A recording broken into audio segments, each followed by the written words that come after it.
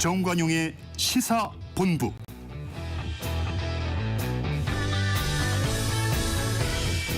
이부입니다. 잠시 후 아무튼 경제 코너에서 김원장 전 KBS 기자와 경제 이슈 풀이해드리고요.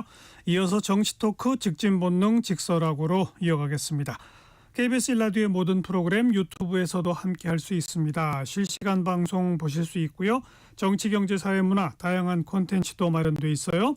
KBS 1라디오 유튜브 채널 구독, 좋아요, 댓글 많이 부탁드립니다. 일요일 2부 출발하죠.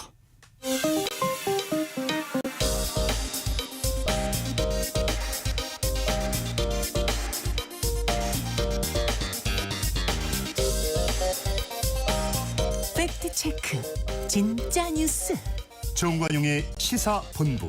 KBS 1라디오. 들어보면 압니다. 재건축 공공기여 이게 꼼수로 이용되고 있다. 이런 지적이 나오네요. 이 사업성만 높여주고 재건축 용적률 올려주는 명분이 돼버려서 유명무실하다는 평가인데요. 김원장 전 KBS 기자와 관련 이야기 나눠보죠. 안녕하세요. 네, 안녕하세요. 먼저 다음 달 1기 신도시 재건축 선도지구 발표가 예정돼 있는데 해당 네네. 지역 아파트 집값들이 가파르게 오르고 있죠? 그렇습니다. 5개잖아요. 일기 신도시가 그중에 이제 분당이나 평촌 등 재건축 여기는 분명히 되겠다 싶은 곳은 집값이 많이 오르고 있습니다. 그러니까 재건축에서 돈이 남겠다 싶은 곳은 빠르게 오릅니다. 예를 들어 분당 순회동의 한 대형 평형은 지금 30억 원을 육박하고 있고요. 평촌 이런 데도 지금 일부 지역은 단지별로 이번에 선도지구 되겠다 싶은 곳은 최고가 행진을 이어가고 있습니다. 근데 아직 어디가 선도지구로 확정될지도 미정이고 네. 게다가 재건축하면 조합원 분담금이 얼마가 될지도 모르는데도 올라간다고요? 그러니까 일단 해놓고 되면 좋은 거고 돼도 사실 5개 신도시 중에 사업성이 낮은 곳이 있기 때문에 그런 곳은 주민 분담금이 이제 나오면 사실 선도지구는 선정되면 굉장히 용적률이나 이런 혜택을 주고 특히 사업 절차가 간소해지면서 빨리 지을 수 있거든요. 네. 여러 가지 혜택이 되는데 그럼에도 본인 분담금이 좀 많은 몇 억씩 3억 4억씩 되는 신도시 단지들이 있을 거예요. 이제 그런 지역은 갈등이 생길 수 있습니다. 이거 해야 되는지. 하지만 지금 분당이나 평촌 이런 데서 선도지구 되면 문제없이 올라갈 것 같습니다. 정부가 혜택을 많이 줬고. 그래서 예를 들어 중동 이런 데가 일산 이런 데가 일부 지역은 쉽지가 않거든요. 지금. 용적률 많이 올려줘서 중동은 원래 용적률이 좀 높았기 때문에 이번에 350까지 용적률을 올려주기로 했거든요. 예. 네. 그러니까 이제 여기 좀 되겠다 싶은 것은 가격이 올라가는. 그러니까 정부나 자치단체 입장에서는 사업성이 안 나오니까 계속 이제 재건축을 할 수 있도록 용적률 같은 혜택을 주는데 예. 그러다가 이제 사업성이 돼서 재건축이 되겠다 하고 이게 정비계획이 통과되거나 제대로 된 정비계획이 이렇게 굉장히 수익성이 좋은 정비계획이 나오면 이 집값이 튀어 올라버리는 예. 이런 문제가 생기는 거죠. 그러니까 어떻게 보면 집값이 오를 때까지 정부가 그래서 재건축이 될 때까지 정부가 사업성을 개선해주고 있는 거꾸로 보면 그런 것도 가능하죠. 그 말도. 네. 네. 그런데 이제 이렇게 용적률 혜택을 주면서 대신에 공공기업 기부 체납해라 이렇게 지금 요구하는 거 아닙니까? 근데 그 공공기업 기부 체납의 비율이 낮아지고 있다고요? 그렇습니다. 이건 내 땅에 혜택을 주면서 내 아파트에 이 도서관도 지을게 여기다 주민센터 지을게 하니까 어느 조합원이 좋겠습니까? 과거에도 그랬는데 지금은 재건축으로 주택 공급이 절대 선인 그런 상황에서 주민 반발이 거세면 조합원들이 반발을 하면 그냥 이거는 점점 이 공공기업 기부 체납이 낮아져서 예전에는 기존 용적률에서 기준 용적률 그러니까 딱 여기까지만 올려줍니다. 그 사이까지만 하면 그러니까 제도권 안에서 재건축을 하면 10에서 40%까지 공공기여를 냈는데 그러니까 정부가 한 20% 정도 떼갔는데 지금은 10에서 15%까지 공공기여를 낮춰놨습니다. 일기 신도시는 아직 결정은 안 됐지만 그리고 임대아파트 안 짓고 대신 현금으로 기부 체납을 하게 할 것 같고 왜냐하면 주민들이 임대아파트 들어오는 거 싫어하거든요. 예를 들어 평촌 는 이제 안양시에서 공공기여를 15%로 정했으니까 과거보다 굉장히 낮춰놨는데 주민들은 이래도 재건축하기가 어렵다. 10%로 낮춰달라 이겁니다. 예. 근데 공공기여를 15% 하면 주민들이 지금 한 1조 2천억 원 정도를 내야 합니다. 근데 바꿔 말하면 그러니까 15%가 1조 2천억이니까 주민들이 가져가는 이 개발 이익은 한 7조에서 8조 원 정도 된다. 이렇게 역산을 그렇죠. 해볼 수 있죠. 예. 네. 그러니까 7, 8조 원 가져가지만 1조 2천억 정도 내는 건 싫다 이런 뜻입니다. 더 깎아달라. 네네네. 근데 그동안에 그렇게 기부 체납 방식으로 임대 아파트를 공경이 돌려받으면서 도시의 서민들을 위해서 정부 예산을 쓰지 않고 주택을 공급하는 그런 효과가 컸었잖아요. 근데 이제 그것도 안 그렇습니다. 된다고요? 네네. 어. 근데 보십시오. 이게 구조적인 걸 따져보십시오. 이건 자치단체가 정합니다. 서울은 서울시가, 분당은 성남시가 정하는데 조합원들은 그 시장 군수 지사에게 다 표가 되는 사람들입니다. 굳은표입니다. 굳은표. 맞아요. 근데 임대아파트 주민들도 물론 표가 되지만 집주인만큼 고정표는 아니고, 그리고 조합원들은 간절합니다. 이런 공공기여를 줄이면 그게 돈 몇 천만 원, 몇 억이 자기에게 바로 되지 않습니까? 용적률 예. 올려주면 그게 몇 억입니다. 몇 억 원. 예. 가구별로. 그래서 서울은 큰 단지는 용적률 올려주면은 뭐 1조 가까운 수익이 올라가는데 한 단지에서. 그렇게 집주인들은 간절하지만 사실 이걸 공공기여를 받아내는 자치단체 입장에서는 그렇게 세게 밀어붙이지 않죠. 주민들과 굳이 척지고 싶지 않고 자치단체장 입장에서는 원칙을 고수하지만 예. 네.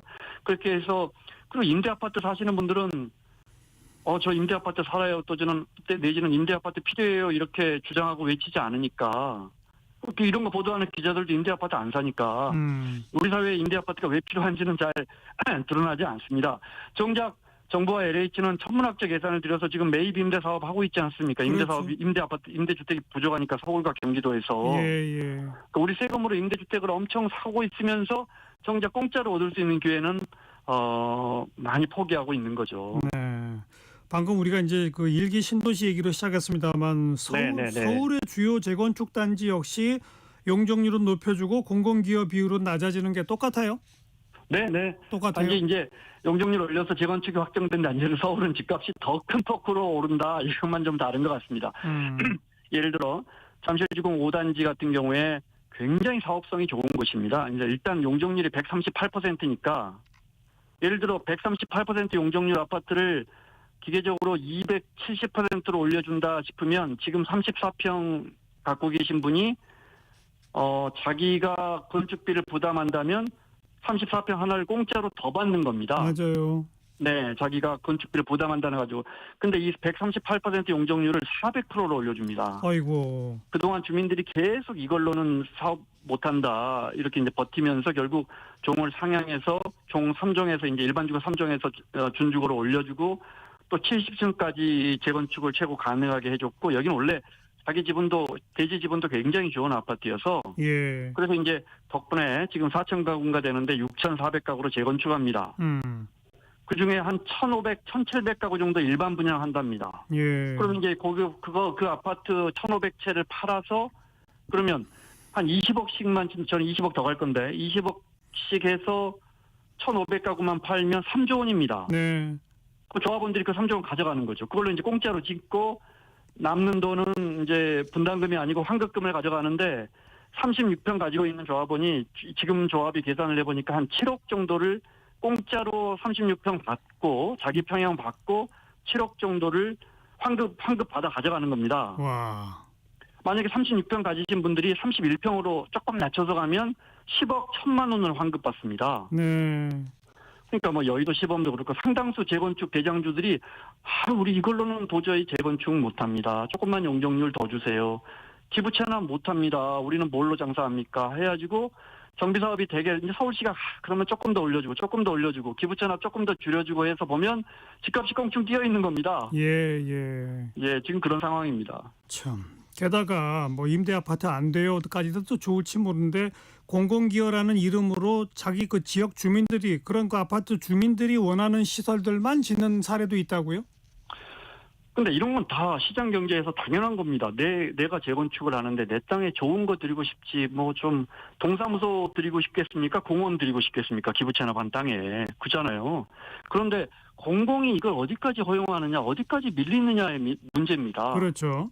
예. 그러니까 반포에서 뭐 대장 아파트라는 원베일리도 이게 뭐 50억, 60억 하는 아파트인데 그 동과 동 사이에 스카이 브릿지를 해서 멋지게 카페를 지어놨는데 이거 공공지어한 겁니다.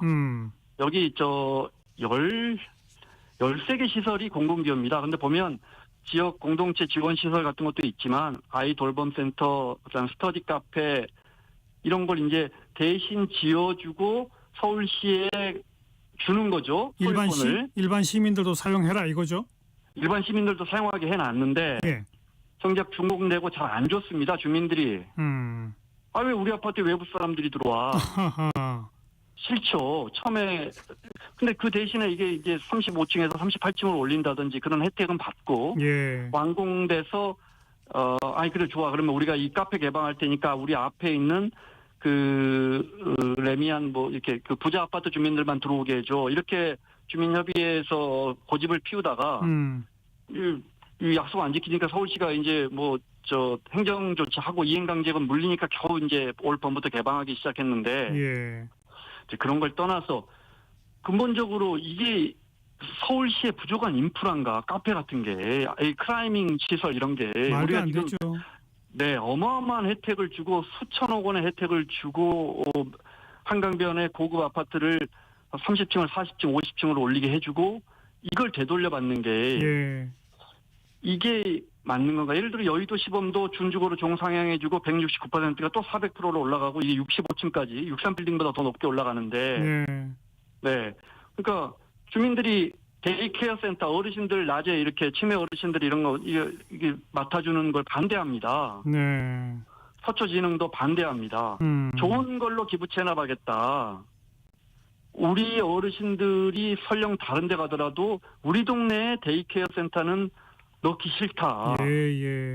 최근에 이제 서울시가 워낙 강하게 그러면 정비사업 하지 마.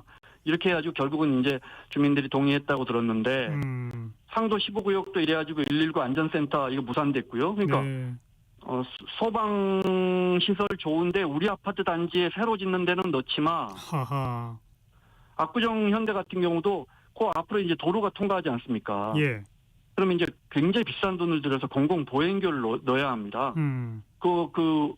저 88도로가 지나가니까요. 공원까지. 그렇죠. 한강으로. 근데 그 공공 보행교를 멋지게 지어놓으면 주민들이 많이 이용할 거 아닙니까? 예. 공원까지. 고수부지가 자기들 앞당이 되는 거 아닙니까? 그렇죠. 그런데 이거 왜 다른 시민들까지 이용하는 다리를 그 비싼 돈 들여서 우리가 짓느냐?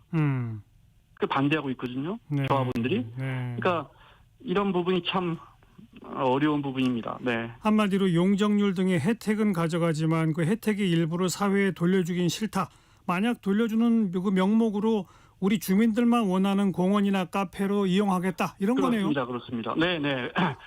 그러니까 여기도 시범 아파트가 기존에 20층, 30층에서 40층, 50층, 60층이 되면 그분들은 한강을 하늘에서 볼 수 있는 그 핵심적 그 공중권을 가져가는데 그 공중권은 그분들이 원래 갖고 있던 게 아니고 공공이 혜택으로 부여한 것입니다. 그렇죠. 그러니까 전형적인 공공이익의 사유화인데 예.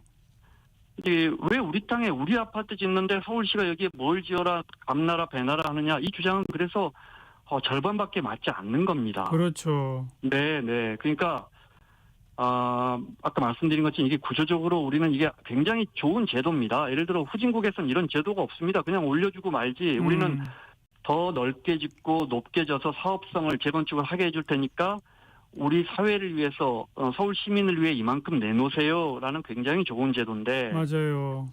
근데 이게 재건축 조합 주민들의 힘이 너무 세지고 이게 추세가 되다 보니까 네. 이분들은 필사적으로 욕을 하죠. 자기 재산권이니까. 네. 그런데 하늘의 공간인 용적률은 이게 주인이 없거든요. 당장 저기서 얼마나 퍼주던 서울 시민 내가 불편한 건 아니니까 참. 이 정제하게 나오는 그 공유지의 비극 같은 그런 개념이거든요. 그 재건축 아파트에 지어진 공공보행로 논란은 또 무슨 얘기예요? 그 똑같은 겁니다. 지금 개포동에 뭐 DH 아너일사고 레미안 블레스티지 같은 거기도 40억, 50억 아파트들인데 처음에 이게 높이 올려지면서 공공기여로 지구단위계획에서 공공보행로를 아파트가 단지가 크니까 예를 들어 지나가는 시민이 그 단지를 삥 돌아서 다른 공원이나 지하철역 가려면 너무 머니까 중간에 공공보행로를 해가지고 그 땅은 이제 이전이 되는 겁니다. 서울시 땅으로. 예. 서울시가 기부채납에서 받아가고 공공보행로를 지어놨는데 예. 주민들이 그거 자기들만 쓰고 싶거든요. 외부 사람들이 그 아파트 안으로 들어와서 지하철역 그 가로질러 가는 게 싫은 겁니다. 그래서 어떻게 하느냐? 그 길은 그대로 놔두고 그 길에 아무것도 못하죠. 서울시 재산이니까 이제. 네. 그 앞쪽에 담장을 철제 담장을 쳐버립니다. 아이고. 근데 서울시가 당연히 이 조합장을 고발하죠. 근데 벌금 100만 원 나왔다는 거 아니에요? 왜냐하면 이게 100만 원. 그 철제 펜스로 이게 2m가 넘지 않으면 건축법의 담장으로 해석되지 않습니다. 예. 그래서 1.3m짜리 어디는 1.5m짜리 철제 펜스를 지니까 근데 거기 철제 펜스에 그 주민들 이용하는 키카드를 찍어야 띡 하고 열리거든요. 아이고. 그러니까 서울시가 갖고 있는 가운데 공공보행로는 그 유명무실하게 그 주민들의 땅이 되는 겁니다. 그러니까 이 기부채납이 이렇게 좀 유명무실해지고 있는 겁니다. 예. 네. 이게 설계하고 처음에 주민들과 서울시가 정비계획을 짤 때 정말 이런 걸 예측 못했을까? 예측해야죠, 당연히. 그러니까 못했다면 무능한 거고 알고도 그랬다면 그거 정말 더 잘못입니다. 그러니까요. 네, 그래서 우리가 재건축이 어렵고 건축비가 올라서 재건축이 어려운데 오래된 아파트를 계속 아이고 너희들 땅이니까 너희들 알아서 해 이렇게 놔두는 건 공공의 기능이 아닐 겁니다. 우리가 그들 아파트에 혜택을 주고 높이 올리게 해주고 수백억 수천억의 혜택을 준다면 예. 그중에 정당하게 우리가 이렇게 받을 수 있는 건 받아야 하는데 그 공공기여가 갈수록 유명무실해지고 있는가. 카페 만드는 게 무슨 얼마나 공공기여입니까? 이런 거 한번 생각해 봐야겠습니다. 생각해 볼 것도 없어요. 이건 정부랑 지자체가 뻔히 알면서 부자들 편들어 주는 겁니다. 그렇지 않습니까? 그렇습니다. 서울시 통계로 올해 10여 년 전에 나온 통계인데 서울의 개발 밀도를 10%만 올리면 250조의 개발 이익이 생깁니다. 네. 이 개발 이익이 너무 집주인에게만 가고 있는 건 아니죠. 그러니까요. 네, 그 말씀을 드리고 싶습니다. 네. 참 답답합니다. 김원장 전 KBS 기자 고맙습니다. 고맙습니다.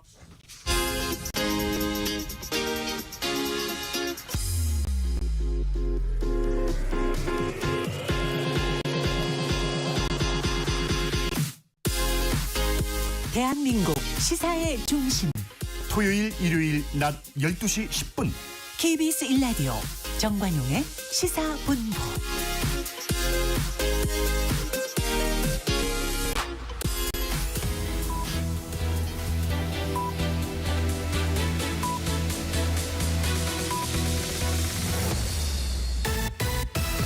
직진 본능 직설하고 고고고 뒤돌아보지 않습니다.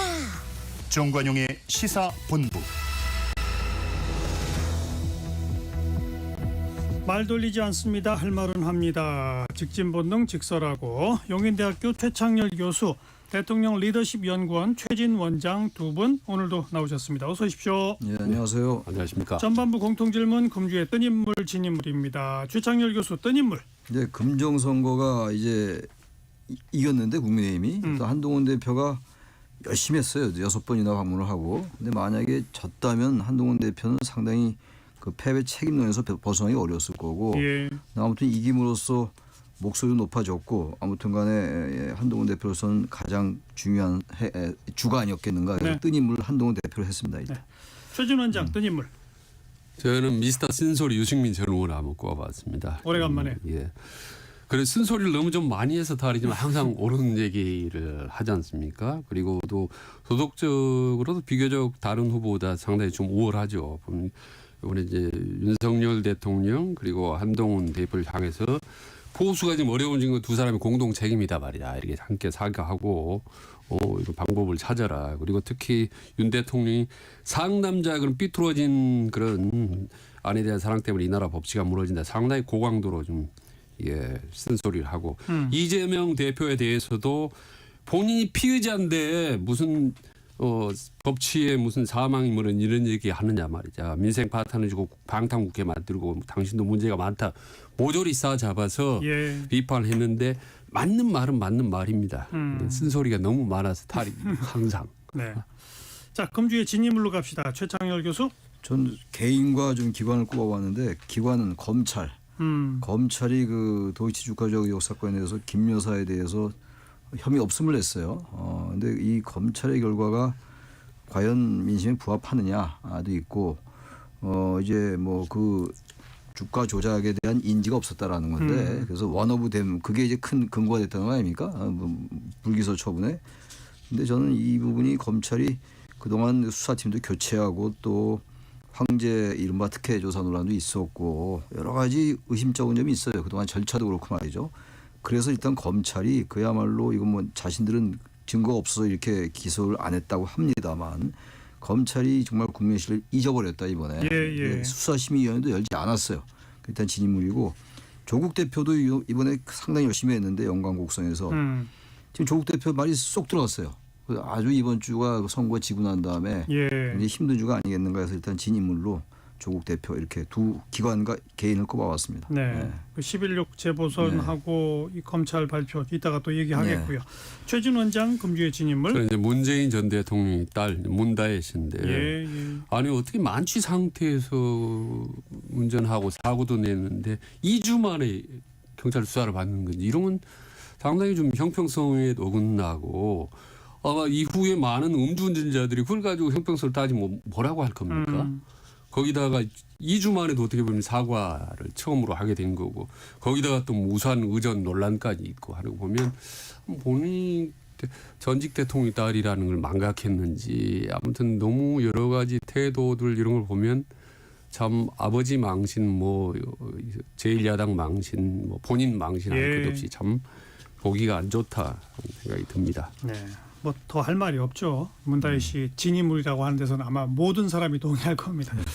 자, 재보선 결과 부산 금정 뭐 아슬아슬할지 모른다라고 했는데 넉넉하게 이겼고요. 그다음에 전남 선거에서는 조국 혁신당 뭐 진보당 뭐 어쩔 줄 모른다 그랬는데 또 민주당이 이겼고 결국 예상대로죠. 결국은 예상대로 뭐 2대2 됐어요. 네. 자신들의 텃밭에서 지켜냈는데 금정은 정말 아슬아슬했던 것 같았는데 결과는 그렇지 않았어요. 22% 차이가 큰 차이죠. 압도적 차이로 이겼어요. 61%로 이겼는데 그 부산 금정 후보가 맞죠. 국민의힘 후보가 이겼는데 이게 지난 전당대회 때 한동훈 대표가 63%로 이겼거든요. 한 대표가 출마한 건 아닙니다만 그 숫자가 비슷해가지고 의외로 그때도 한동훈 대표가 대표 선거 할 때도 상당히 어렵다는 예상이 많았어요. 근데 생각보다 크게 이겼단 말이에요. 부산 선거도 그렇고 이번에는 어쨌든 한동훈 대표가 김 여사 활동 자제해라. 도이치 주가 조작 이 사건에 대해서 이 의혹 사건에 대해서 국민이 납득할 결과를 내놔라. 그리고 대통령실 인적쇄신이나 이걸 내놨었단 말이에요. 선거 기간 중에. 지난번에 전당대회 때도 김 여사 관련 이슈를 많이 내놨었어요. 그래서 그런 게 통했던 게 아니냐 이번 금정에서는. 그렇지 않으면 상당히 위험했을 뻔했다. 다시 말하면 그래도 여권이 변할 수 있는 마지막 희망이 있구나라는 판단이 작동했다고 저는 생각합니다. 네. 그래서 금정에서 이겼다고 생각하고 그러면서 한동훈 대표가 지금 발언권을 높이고 있는 건데 모르죠. 내일 또 뭐 결과를 지켜봐야지 하니까 면담인지 뭐 독대인지 내일 봐야지 하니까 말이죠. 그리고 저는 뭐 결과론적으로는 큰 표차지만 사실 내용적으로 저는 박빙이라고 봅니다. 뭐 결국과 보니까 표차는 많았지만 실제로 막판 순까지도 오락가락하고 박빙이었고 특히 금정 같은 경우는 오히려 민주당 후보가 더 유리한 결과까지 나왔거든요. 그래서 실제로는 내부적으로 상당히 민심이 좀 요동쳤다. 그런 점에서 이번 내용적으로는 어떻게 보면 아슬아슬한 승리였고 이긴 쪽에서 그리고 절반의 승리였다고 저는 봅니다. 그래서 절대로 민주당이든 국민의힘이든 이긴 지역에서 그렇게 크게 뭐 자신 만만할 이유는 전혀 없다. 내용적으로는 오히려 더 긴장하고 더 이 민심에 대해서 좀 깊이 좀 새겨드려야 되는 새겨볼 만한 그런 흐름들이 많이 있었다고 봅니다. 지난 호남에서 총선 때는 비례 투표에서 조국 혁신당이 민주당보다 더 나왔었는데 그런데 조국 혁신당이 결과적으로는 그 교섭단체도 안 되고 하다 보니 존재감을 호남에서 충분히 각인시키지 못한 거 아니냐 이런 분석 가능하죠? 그럼요. 그러니까 민주당의 텃밭이 호남인데 지난번 그 총선하고 달리 윤 정권에 대한 심판은 상당히 강하잖아요 지금. 예, 그러니까 예. 호남 지역에서는 물론 조국혁신당도 이제 오히려 뭐 민주당보다 더 이제 윤 정권을 비판하고 비난합니다만 이게 특정한 제1야당에도 좀 힘을 몰아줘야 되겠다는 걸 했던 것 같아요. 만약에 조국혁신당도 되고 그러면 이게 전력이 좀 분산될 수 있다라는 네. 나름의 전략적 판단이 주요했던 것이 아닌가라는 판단을 사후적으로 할 수 있을 것 같습니다. 그렇죠. 예. 그 호남에는요 누가 뭐래도 확실하게 민주당만 찍는 표가 50%는 됩니다. 예. 이 부분을 뛰어넘으려면 이재명 유력한 대권 후보에 대한 대안이 된다라는 걸 분명히 각인을 시켜줘야 되는 호남에게 그 부분이 저는 미흡했다고 저는 보는 거죠. 아직은 조국이 이재명을 넘어서서 민주당의 자기 대권 주자로서의 대안이다라고 각인시키기에는 미흡했다. 그럼에도 네. 불구하고 말이죠. 전 득표만 본다면 뭐 3위라고 하지만 저는 상당히 선전했다고 봅니다. 호남에서 정치를 해보고 호남을 아는 사람은 20% 득표율이 얼마나 그 어려운지를 알 수 있거든요. 특히 영광 같은 경우 초반에 1위를 달렸는데 만약 이번에 진보당이 나오지 않았다면 아마도 판세는 어떻게 될지는 알 수 없다고 네. 봅니다. 만약 1대1로 했다면 충분히 조국신당이 이길 수도 있었다라는 그런 구도라고 알겠습니다. 봅니다. 자, 검찰의 불기소 결정에 대해서 아까 최창일 교수는 언급하셨으니까 최준 원장은 어떻게 보세요? 그러니까 저는 이제 두 가지 하나는 이제 뭐 시간의 문제와 이제 여론의 문제를 얘기하지만 하나는 시간은 너무 이게 시간이 오래 끌었다라는 거죠. 거의 지금 5년이에요. 의혹직이 한 요즘 5년 됐고 있지 않습니까? 고소한 지 지금 뭐 4년 6개월이 지났는데 왜 이렇게 뭐 길어지는 모르겠어요. 문다혜 씨 조사 문제도 한 7년 됐던 거 아니겠습니까? 그 사위 문제 말이죠.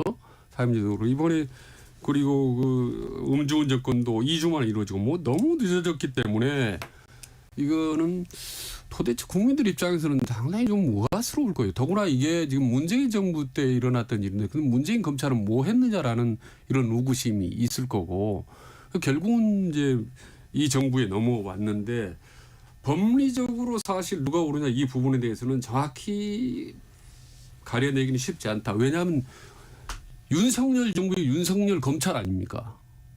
당연히 유리하게 나올 수밖에 없는 거는 사실 누구나 예측할 수 있는데 예. 다만 지금 핵심은 김건희 여사에 대한 여론이 너무 좋지 않기 때문에 불기소가 나오면 당연히 민심은 더 이게 이 분노 수치가 올라갈 걸 충분히 예상을 했을 텐데. 그렇죠. 예. 그런데 그런 민심을 조금이라도 감안을 했다면 좀 더 다른 결과가 나오지 않았을까라는 글쎄요. 생각이 듭니다. 그러니까 지난주 우리 이 시간에 토론하면서 한동훈 대표가 공개적으로 대통령과 대통령실을 향해서 김건희 여사 공개활동 자제해라, 대통령실 인적 개편해라, 그리고 책임질 제대로 좀 진상규명해야 한다, 뭐 이런 얘기를 하는 것이 도이치모터스 사건 이 불기소하면 특검법 이거 장담 못하니 그렇죠. 기소해라라는 식의 요구다라고 우리는 분석했잖아요. 그렇죠. 그런데 일단 그 불기소 결정을 내림으로써 그 요구를 거부한 거 아닐까요? 거부한 거죠. 게다가 이게 지금 그때 얘기했던 게 국민이 납득할 만한 결과. 그 얘기를 했더니 여권 친윤에서 나온 얘기가 그럼 여론 재판하라는 얘기냐. 근거도 없고 증거도 없는데 어떻게 기소하냐 이 얘기인데 지금 이제 그 법리적으로만 본다면 검찰이 불기소의 근거로 됐던 것들도 많이 있습니다만 기소할 수 있는 근거도 굉장히 많아요 지금. 네, 양쪽이 네. 다 있긴 있어요. 네. 있는데 대체로 나오는 게 그 주펀지 뭐 작전 세력끼리 통화하는 데서 원어부대입니다. 김 여사 원어부대이고 걔는 아무것도 모르지 않느냐 이런 얘기를 근거로 들었다고 그래요. 뭐 그것만은 아니겠습니다만 근데 이건 사실 그 이후에 그 얘기를 의식해서 그렇게 얘기할 수도 있어요. 제가 볼 때. 이 원어부대임이나 걔는 아는 거 없어 이걸 가지고 그 혐의 없음의 근거로 삼았다는 게 대단히 빈약해 보인다는 거고 그밖에 엄청나게 많거든요. 범행의 거의 50%가 김 여사 계좌로 진행이 됐고 말이죠. 예. 그리고 뭐 공개된 녹음 파일 이런 것들도 보면 시세 조정을 알았을 것 같은 가능성은 충분히 있어요. 기소할 수 있는 상황이었는데 아무튼 불기소를 했단 말이에요. 근데 이건 불기소 예상됐던 겁니다. 수사심의위원회도 열지도 않았고 또 검찰 지도부 교체되고 수사팀도 교체되고 그리고 이런 걸 볼 때 그래서 한동훈 대표가 납득할 만한 결과를 내지 않으면 안 된다는 얘기를 했는데 그 얘기는 사실은 기소하라는 얘기로 해석됐던 것이었고. 근데 이제 불기소를 했으니 그러면 어떻게 됩니까? 이제 특검법 다시 또 냈는데 대통령이 거부권 행사하면 지난번에 4명이지만 이제 8명 이상이 이탈해버리면 큰일 나는 거 아니에요? 제가 볼 때 내일 그래서 면담 결과가 만약에 성과가 없으면 저는 이탈 가능성 충분히 있다. 통과 재표결에서 통과될 가능성이 있다고 저는 생각합니다. 이게 김건희 여사 이 도시주가적 의혹 사건에 대한 불기소가 상당히 큰 계기가 될 수가 있고 예. 또 내일 결과도 봐야지 알겠습니다만 뭐 현재로 봐서는 그렇게 크게 뭐 이렇게 기대할 만한 성과는 안 나올 것 같아요. 그 얘기는 우리 후반부에 좀 더 하는데. 그래서 대단히 지금 여권으로서는 위험하다 지금 이 특검이 말이죠. 뭐 여당에서 뭐 여론 조판에 뭐 휘둘릴 필요가 없다라는 뭐 전적으로 동의합니다. 근데요 같은 말인데 민심 재판이라는 게 있어요. 민심이 뭐 거세게 몰아칠 때는 거부할 수가 없는 겁니다. 지난번에 김영삼 대통령, 김대중 대통령도 법리적으로 문제가 없고 내부에서도 정호통화돼 있었던 우리 여론에 휩쓸릴 필요가 없다라고 하지만 민심이 워낙 거세기 때문에 결국 거기에 승복을 했거든요. 근데 지금 민심이 거세다라는 것은 지금 여러 군데 여론조사 지표가 나오지 않습니까? 지금 뭐 20% 초반대 윤석열 대통령 지지도가 떨어지는데 그 원인이 처음으로 1위가 이제 민생이지만 2위가 지금 김건희 여사 때문이지 않습니까? 예, 예. 근데 수치가 거의 비슷해요. 그 정도로 조금 전에 말씀드린 최 교수님 말씀드린 대로 여러 군데 수치나 정황으로 볼 때 지금 민심이 거의 뭐 임계점 거의 뭐 임박해진 상태이기 때문에 이게 바로 이제 내일 그 결정적으로 이제 그 판가름이 난다고 봅니다. 독대 네. 회담에서. 독대에서 어떤 얘기가 오갈지 잠시 후에 이야기 나눠보죠. 1시 31분 좀 지났습니다. 잠깐 교통정보 전해드릴게요. 김민혜 씨. 네, 이 시각 교통정보입니다. 고속도로는 곳곳으로 정체 이어지고 있는데요. 서울 양양고속도로 서울 방향으로 인제에서 내린천 휴게소, 더지나 설악 부근으로 주춤하고요. 서종에서 화도 분기점까지는 6km 정체입니다. 또 덕소산패에서 강일까지는 4km 막힙니다. 경부고속도로 서울 방향은 옥산에서 청주 휴게소 사이로 더디게 지나고 있고요. 경부 동탄터널 부근 2차로에서는 고장난 차를 처리하면서 부근으로 주춤합니다. 또 양재에서 반포까지는 6km 정체입니다. 서해안고속도로 서울 쪽은 당진 분기점에서 서해대교까지 총 17km가량 차 간격 좁혀서 지나고 있고요. 이후 매송 휴게소에서 용담터널과 또 광명역부터 금천까지도 각각 정체입니다. 중부 내륙고속도로 창원 쪽은 상주 부근 2차로와 갓길에 걸쳐서 승용차 사고나 처리 중입니다. 지금까지 KBS 교통정보센터였습니다.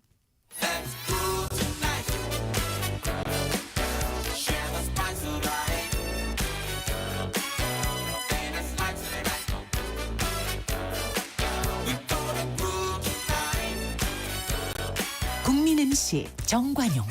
KBS 1라디오 정관용의 시사본부. 들어보면 달라요.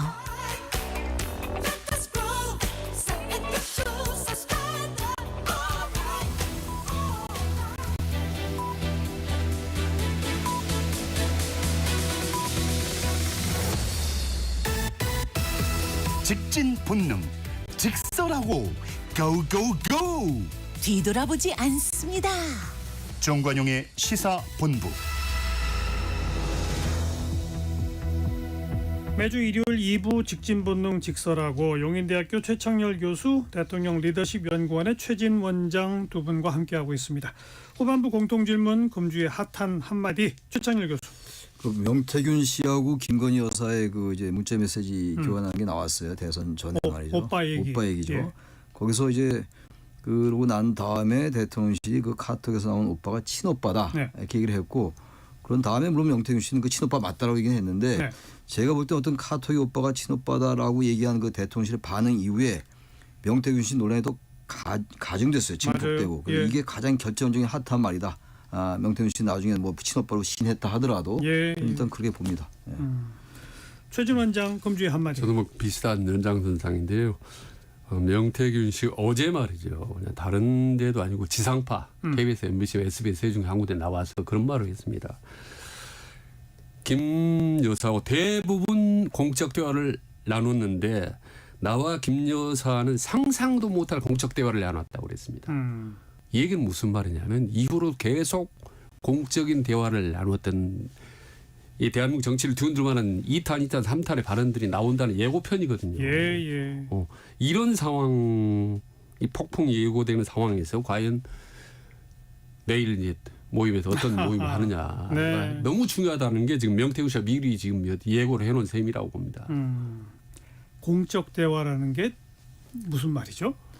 글쎄요. 공적인 대화는 민사 문제니 뭐 정책인 공천 문제 이런 얘기 하는 것 개입이라든지 같다. 인사, 공천, 정책 결정. 정책도 예. 있을 거라고 봐요. 저는 뭐 우리 경제도 있을 것 같고 뭐, 만약에 있다면 다 예. 포함될 수 있다는 생각이 듭니다. 워낙 많다고들 얘기하니까. 뭐 정책 결정에서 발표되기 전에 뭐 명태균 씨가 미리 알았다라는 정황도 지금 정도 있고 그렇잖아요. 솔솔 나오고 이러는 거 아니에요. 그러면 공식 직함이 없는 대통령 부인과 공식 직함뿐 아니라 뭐 아무런 직위도 없는 명태균 씨가 그런 인사, 정책, 공천 등등을 논의했다라면 그게 국정농단인 건가요? 그렇게 갈 가능성이 충분히 있죠. 왜냐하면 지난번 박근혜 전 대통령 때 2016년도에 그러니까요. 그때 이른바 이제 최순실 태블릿 PC가 이제 근거로 나왔잖아요. 최순실 씨가 연설문을 사전에 받았다라는 것만으로도 어마어마한 얘기가 나왔죠. 그래서부터 시작된 거예요.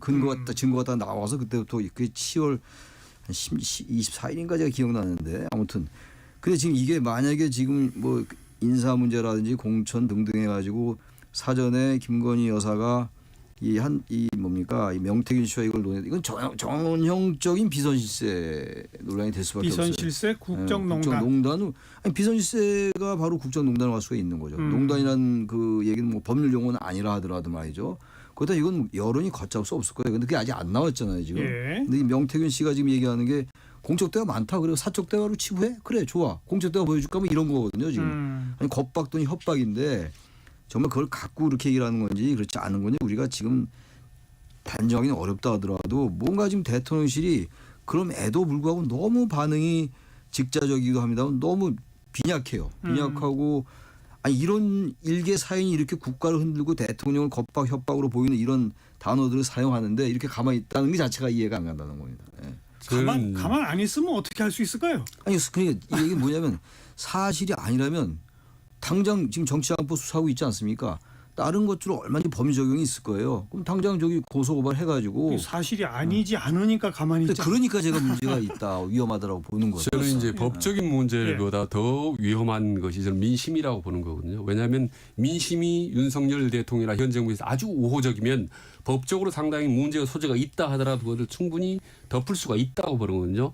그래서 지금 계속 터져 나오고 있는 공적인 이 대화보다는 저는 사적인 대화가 더 민심을 민감하게 저는 자극할 수 있다고 봅니다. 이미 나왔지 않습니까? 윤석열 대통령이 도리도리 하는 거 없애는 거 자기가 했다. 이거 얘기 나왔지 않습니까? 본인이 뭐 직접 코칭을 해가지고 얘기를 해줬더니 이거는 뭐 부동시 때문에 그런 거니까 뭐 좀 걱정하지 말. 그리고 그 부동시 때문에 고개를 좌우지하는 거 이걸 지적하는 거는 오히려 뭐 장애인 비하가래다. 이거를 언론에 자기가 플레이를 했더니 그때부터 언론에 도리도리 쓰지 않더라. 이걸 아주 디테일하게 구체적으로 얘기를 해. 예, 사적인 부분을. 이런 부분들이 국민들에게 염장을 지르는 부분이기 때문에 훨씬 민심이 부글부글 끓으면 그 이후에는 작은 법적인 문제 어떻게 보면 대수롭지 않게 넘어갈 수 있는 문제들도 국민들이 그걸 용납하지 않거든요. 그래서 지금 공적 대화 못지않게 지금 사적 대화들이 계속 흘러나오고 있는데 이 부분을 빨리 차단하기 위해서는 바로 기승전 내일이 중요하다고 보면요. 두 사람이. 근데 사적인 대화가 물론 중요합니다만 워낙 이제 궁지에 몰리면 사적인 대화는 사적인 대화로 치부할 수 있어요. 그야말로 선거라는 게 여러 사람의 얘기를 들을 수가 있는 것이고 도리도리 뭐 이런 것도 물어봐서 고칠 수가 있는데 정말로 공적인 문제가 이런 사람과 논의한 게 드러나면 말이죠. 그러니까 인사, 정책, 공천 이런 거 그런 것들이 드러나는 건 이건 지금 나오는 것과는 비교가 안 될 겁니다. 아마 국민들이 느끼는 분노는 엄청난 거예요. 사적인 문제 그냥 방어라도 할 수 있어요. 뭐 사실 선거니까 이런저런 사람 말 들었다 이럴 텐데 만약에 공천, 인사 그리고 국가의 정책 이런 것들이 이 사람하고 나오지 않은 정책이 논의가 되고 이랬다. 그 대통령 부인이고 대통령 부인도 공적 지위가 아니거든요. 예. 이거는 사실 너무나 큰 폭발력이기 때문에 상상하기도 어려워요 진짜. 저는 이제 왜 자꾸 공적 부분이 덜 중요할 수도 있다라는 거는 그런 법리 논쟁으로 가면요. 옳다 그러다 시시비비를 명확하게 가리기 힘들거든요. 지금 디올백 문제라든지 도이치모스 같은 큰 문제도 아직까지도 명확하게 법적으로 분명히 김 여사는 법적으로 문제가 있다라는 걸 확실히 증거는 못하지 않습니까? 그러니까 지금 무혐의 처분을 하는 거고 그렇기 때문에 이후 법적인 문제 또다시 법적 논란으로 가게 되면 양쪽이 공방으로 벌어질 수 있지만 사적으로 누가 보더라도 저건 아닌 것 같다라는 말들이 계속 튀어나오면 민심 걷잡을 수 없게 되는 폭발할 수 이제 있다. 그래서 그런 민심에 이제 바탕을 두고 특검법이 계속 추진되는 거 아니겠습니까? 그렇죠. 이번에 이제 김건희 여사 세 번째 특검법에는 이 명태균 씨 관련 내용이 또 핵심 사항으로 들어왔어요. 들어가 있어요. 예, 예. 그럼 이제 그걸 두고 국민의힘 쪽 사람들은 뭐라고 얘기하냐면 야당이 추천하는 특검으로 하여금 국민의당 당사까지 다 압수수색 하겠다는 거 아니냐. 공천 과정 들여다보겠다는 명분으로 그럼 야당 인사가 여당 당사 압수수색 하겠다는 얘기인데 이걸 어떻게 허용하느냐 이제 또 이런 얘기가 좀 반론으로 나오거든요. 그러니까 야당 인사, 야당의 추천만으로 하는 건 여당이 반발할 수 있어요. 저는 네. 그건 그렇게 봅니다. 그러니까 여당이 당연히 할 수 있는 얘기고 그러니까 그런 부분들에 대해서는 좀 우리가 타협을 하자, 협상을 하자라고 나올 수 있어요. 여당이. 문제는 특검 자체를 그리고 아무 일도 없다라고 자꾸 얘기하고 특검은 자꾸 거부하고 그러니까 이게 문제인 겁니다. 내일 사실은 여러 번 예상도 있겠습니다만 특검 자체에 대한 얘기가 나올지 안 나올지 모르겠습니다만 이미 발의했거든요. 세 번째 특검은 말이죠. 그러면 이런 식으로 계속 방어하고 이런 건 분명히 한계가 있어요. 명태균 씨 이 부분이 그 논란이 특별한 게 안 터지더라도 문자 메시지나 이런 것들이 지금 김건희 여사 이 도이치모터스 무혐의 처리한 것도요. 법적 공방이 있다고 합니다만 지금 이 도이치모터스 주가 조작 의혹 사건 명품 빼앗 사건 이런 것들이 민심을 계속 악화시켰던 거였거든요. 그게 지금 다 특검의 대상이에요. 특검의 대상들이에요. 그러니까 이런 것들에 대해서 계속 그냥 검찰이 무혐의했으니까 우리는 모른다는 태도로 간다면 아마 그렇게 나올 겁니다. 아마 이미 저건 도시조가 조사건 검찰이 무혐의했다. 그럼 우리 대통령실 보고 검찰 수사 간섭하라는 얘기냐 이렇게 나올 거거든요. 근데 그런 식의 스탠스 가지고는 안 된다는 거예요. 지금 국민들이 볼 때 양론이 있습니다만 아니 이거 다 봐주기 한 거 아니냐 이런 여론이 많이 있는 게 사실이거든요. 그래서 김건희 여사의 그 뭐 대외 활동 문제도 그렇고 이게 전반적인 사적인 거 공적인 거 다 같이 버무려져 있는 거거든요. 네, 그렇습니다. 그렇습니다. 내일 정진석 비서실장이 배석하기로 3명이 만나기로 한 거에 대해서는 뭐 큰 의미 없죠, 사실은. 저는 뭐 의미가 있다고 봅니다. 있다고요? 어떤 있다고 의미가 봅니다. 있다고? 저도 뭐 과거에 사실 뭐 독대를 해봤지만 대통령과 독대를 하는 것과 안 한 거는 상당히 차이가 큽니다. 두 가지 큰 의미가 있는데요. 대통령이 단둘이 독대를 하게 되면 깊은 이야기를 허심탄회하게 할 수 있다라는 겁니다. 두 번째로는 상당히 큰 건데 대통령 상대방에게 상당히 힘을 실어줍니다. 그런 여지가 많이 늘어나게 된 운신의 폭이. 근데 누군가가 아무 말도 하지 않도록 옆에 배석을 할 경우에는 하는 게 얘기가 조심스러워지거든요. 그런 점에서 이번 면담은 대통령이 한 대표에게 깊은 이야기를 하고 싶지 않다라는 거 또는 또 힘 실어주기 싫다. 당신에게 힘 실어주기 싫다. 두 가지 동시에 메시지가 전달을 이미 한 거기 때문에 상당히 내일 좀 걱정됩니다. 이 대한민국을 꽉 막힌 전국을 풀 수 있는 저로우 찬스인데 미리 또 더구나 또 이미 한동훈 대표는 또 상당히 좀 공격적인 발언들을 메시지를 많이 던지지 않습니까? 그래서 사전의 분위기와 이 독대 여건들 만남 여건들이 영 좀 좋지 않다. 최 교수는 어떻게? 근데 독대라는 게 좀 위험한 측면이 있다고는 보긴 봐요. 왜냐하면 단둘이 있다는 얘기인데 그러면 서로 말이 다를 수가 있거든요. 그러니까 저는 비서실장을 거의 배석시키더라도 대통령실에서 이걸 독대라는 단어를 썼어야 돼요. 독대를 하긴 하는데 워낙 단 두 분만 있으면 말이 잘못 전달될 수 있는 우려가 있으니까 왜냐하면 사이가 안 좋으니까 사이가 좋은 여당 대표 대통령이랑 아무런 문제가 없어요. 독대할 수 옛날에 주례도 항상 있었잖아요. 대통령이 김영삼 정부도 있었는데 매주 당대표가 만났거든요. 청와대에서. 근데 굳이 아주 갈등적 관계 충돌적 관계에서는 이 독대가 분하다고 느끼면 비서실장 배석할 수 있는데 이거를 면담이라고 애써 격화시켰잖아요. 면담이라고.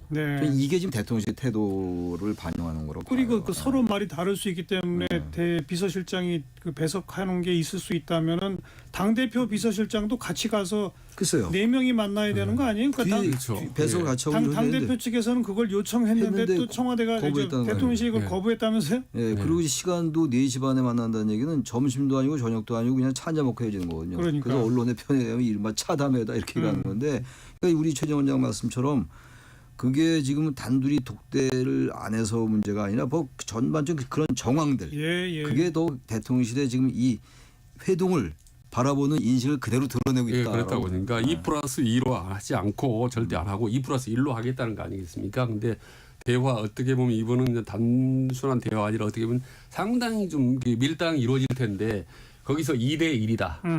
라는 구도 자체는 상당히 좀 불리하고 심리적으로 부담감을 한 대표가 가질 수 있고 예. 다만 민감한 문제들이 나올 거 아니겠습니까? 한 김건희 여사나 이런 문제 나올 경우에 이를테면 이럴 수가 있어요. 지금 의제도 지금 확실히 정하지 않은 거 아니겠습니까? 아무 의제 없지 뭐 한다는 거죠. 예, 그게 저는 상당히 좀 문제가 있다고 봐요. 왜냐하면 그 부분을 그러면 대화를 안 할 수도 있고 가볍게 넘어갈 수도 있죠. 민감한 문제를 한동훈 대표 얘기를 했는데 이를테면 대통령께서는 그냥 듣고만 있을 수 있습니다. 물론이죠. 그렇죠? 아무 말도 않고. 근데 독대를 하게 되면 그건 좀 불리해요. 어차피 둘이 대화를 나눠야 되기 때문에. 근데 옆에 비서실장이기 때문에 비서실장이 나서서 대신 얘기를 해줄 수가 있는 거죠. 이렇게 되면은 이게 대통령과 나눈 대화인지 비서실장이 되거나 이렇게 뒤섞여질 수밖에 없다. 예. 아, 근데 지금 이제 두 분의 지금까지 흐름을 읽는 그 전망으로 보면 한동훈 대표가 공개적으로 이미 요청한 뭐 진상규명 또 김 여사의 활동 중단, 대통령실 개편 등등의 요구가 받아들여질 가능성이 별로 없다고 두 분은 보시는 것 같아요. 저는 그렇게 봅니다. 예, 그죠? 예. 예, 그렇게 보니까. 그러니까요. 근데 두 분은 그러나 민심은 그걸 요구하니까 사실은 그렇게 해야 그래도 이 전국을 조금 변화시킬 수 있다라고 하는 주장을 하셨지만 대통령은 그걸 거부할 거다라고 지금 예측하시는 거 아니에요? 그렇습니다. 그죠? 예, 그렇습니다. 그렇게 거부되면 한동훈 대표가 할 수 있는 다음 카드는 뭐가 있어요? 글쎄요, 그 과정으로 이제 얘기를 하는 거긴 합니다만 이제 각자 길을 가는 수밖에 없을 것 같아요. 그렇게 되면 정말 특검법 통과시켜 버립니까? 통과시킬 가능성도 그러니까 뭐 통과시켜야 된다는 말은 안 하겠지만 이거 당론으로 안 할 수가 있겠죠. 굳이 당론이다 이거 특검법 우리 거부한다 이게 재표결할 때 당론으로 이게 뭐 부결시킵시다 이런 얘기를 안 할 수가 있겠죠. 그리고 여론이 대단히 악화될 수가 있는 거죠. 예. 내일 이제 면담이 끝나고 모레부터 이제 보도가 될 텐데 결과에 대해서. 근데 만약에 지금 여기서 얘기하는 것처럼 그 진전된 그러한 결과가 안 나오면 여론은 분명히 떨어질 거 더 떨어질 것이고 그렇게 되면 이제 여당 내에서 친한파 의원도 친한파 의원입니다만 야 이거 이대로 가면 정말 곤란하겠다는 판단할 수가 있어요 의원들이. 네. 그러면 꼭 친한파에서 아니더라도 이뭐 중립지대에 있는 의원들도 부결표를 던질 수가 있거든요. 찬성표를 특검법에 대해서. 그 특검법에 대한 그럼 얘기가 달라지는 거죠. 우려 네. 때문에라도 그냥 김 여사 활동 자제하겠습니다. 앞으로 뭐 대통령실 개편은 조금 지켜봐 주세요. 우리 저 인사 패턴이 있으니까 뭐 요 정도 선에서 봉합하려고 하지 않을까요? 그래서 저는 안 됐다고 봅니다. 저는 그럴 것 같긴 해요. 김 여사 활동에 대해서 중단은 어렵고 외교나 의전은 최소한 하겠다. 이 정도 얘기는 할 것 같아요. 글쎄요. 네, 그 정도 얘기하는데 지금 그거는 그렇게 핵심이 사실 아니거든요. 지금 그 정도로 된 상황이 아닌 거죠. 그거는 그러니까 만약에 면담이 방금 말씀하신 두루뭉실하게 끝날 경우 한동훈 대표 같은 경우는 입지 좀 축소, 대통령은 입지 최악 이렇게 가는 거죠. 예. 그 한동훈 대표 입장에서는 이제 뭐 특별히 힘이 실리지도 않았고 뭐 성과도 없었기 때문에 다음 카드가 소침하고. 근데 다음 카드가 뭐가 있을까요? 카드 없습니다. 한동훈 없어요? 대표 가만히 있는 거죠. 그리고 어허허. 그다음에 그 대신 이후에 벌어진 많은 상황에 대해서 본인은 면피를 할 수 있는 거죠. 이를테면 거부권을 할 때 만약에 8표 이상이 추가를 한다고 해도 본인은 면피가 될 수 있는 거죠. 그런 반면에 대통령 입장에서는 훨씬 입지가 아주 어려워지는 거죠. 이제. 최악이 된다. 네, 최악이 될 수가 있는 거죠. 그러니까 이게 만약에 자꾸만 만약에 이래서 안 좋은데 저희 예상이 제발 좀 틀렸으면 좋겠는데요. 예. 만약 그런 예상으로 간다면 한동훈 대표가 그런데 적당히 무마한 쪽으로 간다면 한동훈 대표의 뭐 정치 암란은 없다고 보고 만약에 결과 안 좋게 끝나더라도 한동훈 대표는 계속 더 강한 얘기를 해 나갈 거예요 아마. 그래야 본인의 입지가 서지 대통령실에서 그렇게 한다고 그냥 이 정도로 독대로 끝난다. 그리고 특검법 표결도 알아서 하시고 이렇게 하면은 한 대표가 의외로 입지가 좁아질 수 있어요. 제3자 추천 해병대 특검 그것도 그 약간 얘기가 수그러진다는 비판이 많았거든요. 맞아요. 네. 지금 뭐 대통령이 세 가지 이제 한동훈 대표 세 가지 요구했지 않습니까? 인적 쇄신 그다음에 영부인 활동 뭐 중단 세 번째가 이제 사법 절차 협조인데 지금 포커스는 두 번째로 됐어요. 그러니까 김건희 여사의 활동 이 부분만 대통령이 확실하게 얘기를 해준다면 상당 부분 성과라고 할 수. 김 여사의 활동 중단의 부분에서 분명하고도 확실하게 얘기를 해줘도 일단은 절반의 성과는 거둘 수 있다고 보지 않겠습니까? 근데 그게 없이 일정 쇄신 일단 하지 않겠다고 공언한 거 아닙니까 대통령이. 그렇죠. 뭐 왜냐하면 뭐 예. 그런 비선 라인 자체가 없다고 보는 거니까 김건희 라인 자체가 없다고. 절차 협조는 말이 절차 협조지 사실 어떻게 보면 본인이 뭐 조사를 자청하고 뭐 이런 거 아니겠습니까? 현실적으로 지금 이건 어렵지 않습니까? 이미 끝났죠. 그렇죠. 검찰에서. 끝났고 무혐의 처리했기 때문에 특검밖에 우리는 없는 거죠. 나오기 특검밖에 없는 없는 거예요. 무혐의 났더라도 이후에 본인은 뭐 이렇게 할 수 있지만 어쨌든 효과 없고 그럼 두 번째입니다 지금 김건희 여사의 활동 중단을 명확하게도 분명하게. 그럼 그 두 번째 카드만이라도 얻어내면 큰 변화를 줄 수 있다.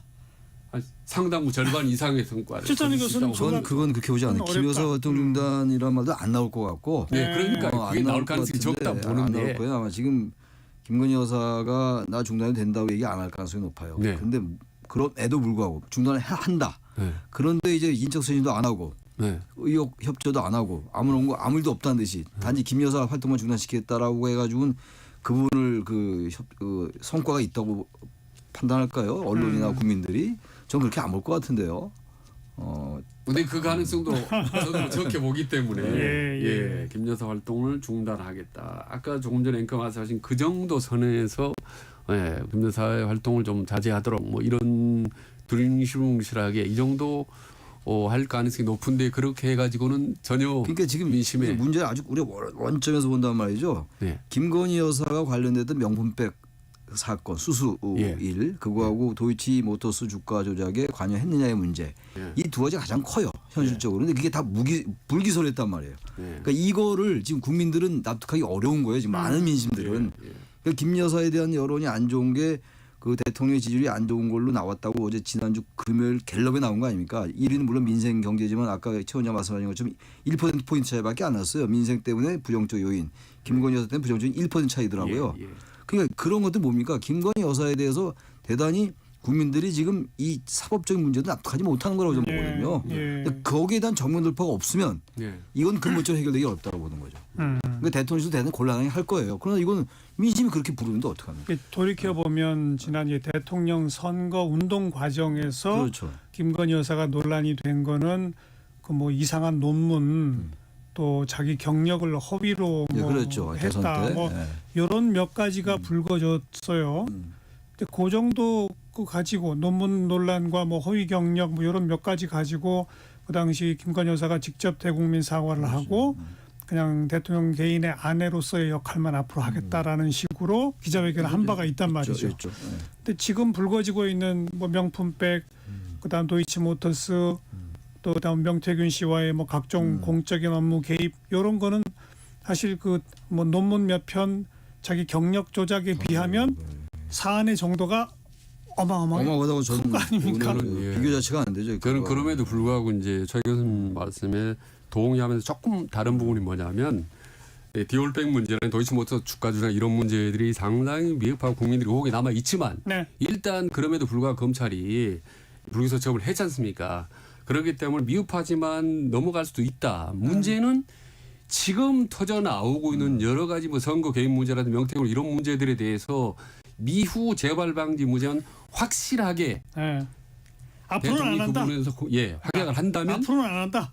이후 근데 그거 좋은 얘기인데 객관적으로 봐야 되는 게 특검법이라는 게 있잖아요. 특검법. 예. 제1야당이 압도적인 설을 가지고 있고 또 제3 세 번째로 특검을 발의했단 말이에요. 예, 예. 앞으로 안 하겠다는 게 안 통한다고. 왜냐면 이게 지금 끝난 문제가 아니에요. 검찰이 불기소했다 하더라도 그 부분은 특검이 살아있기 때문에 자, 그렇죠. 알겠습니다. 그래서 그 부분은 제가 확실히 말씀드려요. 그거는 한동훈한테 넘겨줘야 된다고요. 우리 이제 한동훈 대표에게 특검에 대해서는. 바로 내일이니까 예. 가정법 얘기 그만합시다. 이제. 다음 주에 우리 실컷 얘기하면 되니까요.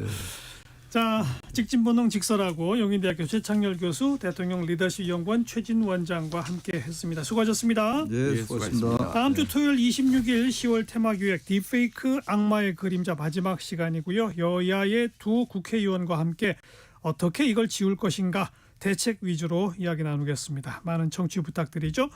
조지 베이커 셀렉션의 I've been away too long 함께 듣고요. 다음 주에 뵙죠. 안녕히 계세요.